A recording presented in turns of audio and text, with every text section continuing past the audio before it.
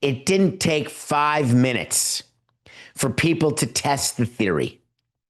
Is it true that the Dodgers have ruined baseball? Was Dave Roberts right after they won the pennant over the Brewers in a sweep in what seems like a year ago with dominant starting pitching? Is it true that that's it? Well, there are numbers that would indicate to you that baseball is far from ruined. There is interest in demographics that would indicate to you that baseball is far from ruined.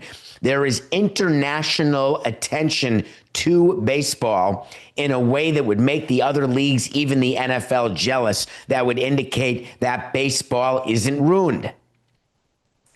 When you hear the numbers announced today for Game 7, that is only one part of how you know baseball is not ruined. When you hear the combined audience between US, Canada, and Japan setting records, when you hear about the interest in a Game 7, obviously why MLB and the union always root for a Game 7. Just you wait, players, until you get your player share. Maximum number of games in the World Series. I hope that you're excited, Andy Pajes, as a matter of fact, because your World Series share is going to knock your socks off. There are a bunch of clubhouse attendants who are going to be so happy, they're going to be whistling Dixie out of the tuchus. You're going to see it. The benefits of that Game 7, endless. It's why you won a Game 7, and they got it, and they got a competitive one. They got a extra inning one. Do you remember the last extra inning, Game 7? There haven't been many. As a matter of fact, they had one in 91, Jack Morris. They had one in 2016, Cubs fans. You remember that. Then you got to go back to 1960. That's it. There have been 3. Now we have 4. Extra innings, Game 7. What now? You announce ratings.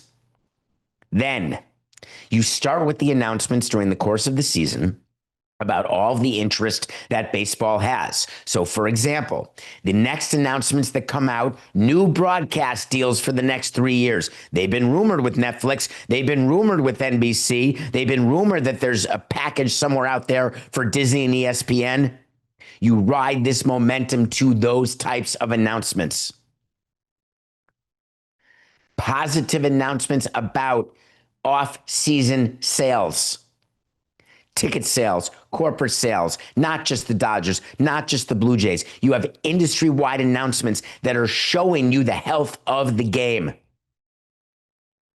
An absolute planned PR attack to build on the Game 7 victory by the Dodgers, to build on the World Series that will go down as one of the best ever. You have to back it up with these type of announcements that will make people realize that, oh, it's okay for me to say what a great World Series it was, but it's also okay for me to say, hey, that wasn't just one off. Look at baseball. It's healthy. It's good.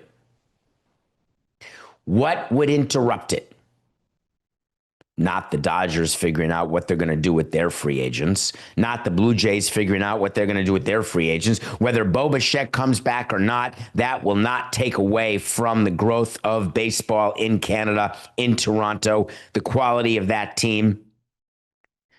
You are the head of that team, Mark Shapiro. You can't overpay for Bo Bichette.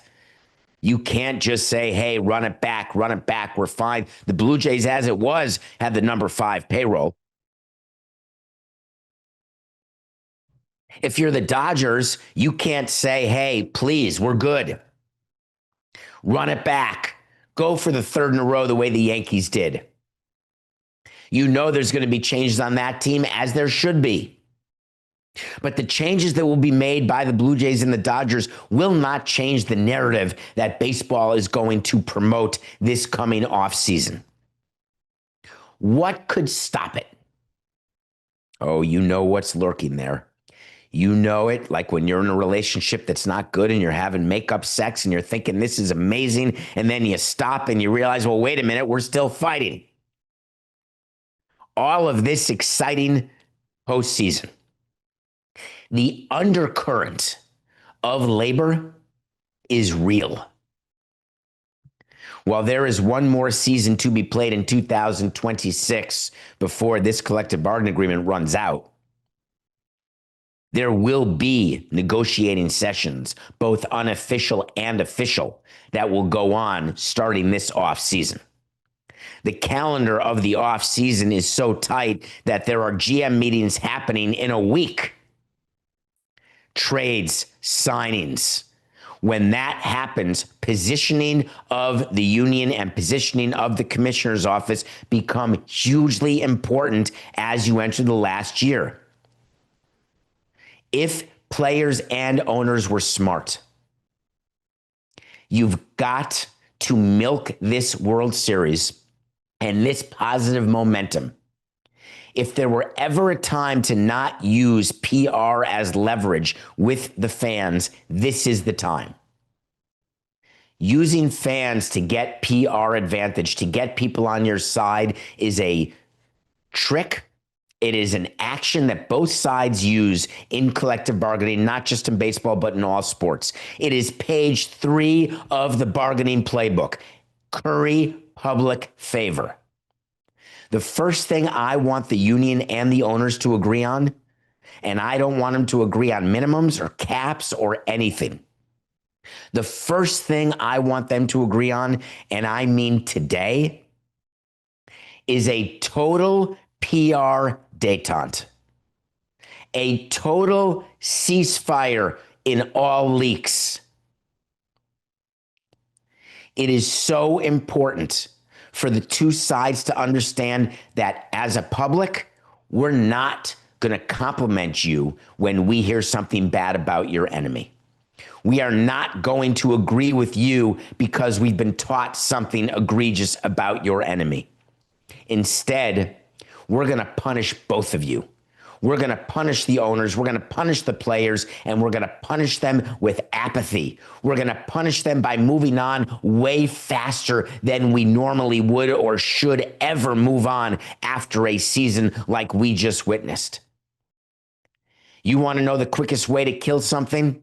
Win a World Series in 2019, shut the game down for COVID, and it's like the Nationals never won. Anyone remember that? The Nationals, who couldn't build on their World Series and have been mired in mediocrity since? Don't do it. Don't do something that causes this excitement to not get to live to its fullest extent. Take advantage of it instead. Find me a positive. Find me something where there is agreement. Sit down with the other side and say, normally when you say yes to something, we say no because we want you to know we're not going to give. We're not going to allow anything to sacrifice our potential labor position. That is bargaining 101. You do not agree when they say the table's round and the sky is blue. That looks a heck of a lot like a hexagon. And you don't see those black clouds? That's a Tuesday in bargaining. What they need right now, and I don't mean for the whole season. I mean for just this off season. For this small period between now, November 3rd, and the start of the World Baseball Classic in March, and through the World Baseball Classic, what we want is the focus to be on the field.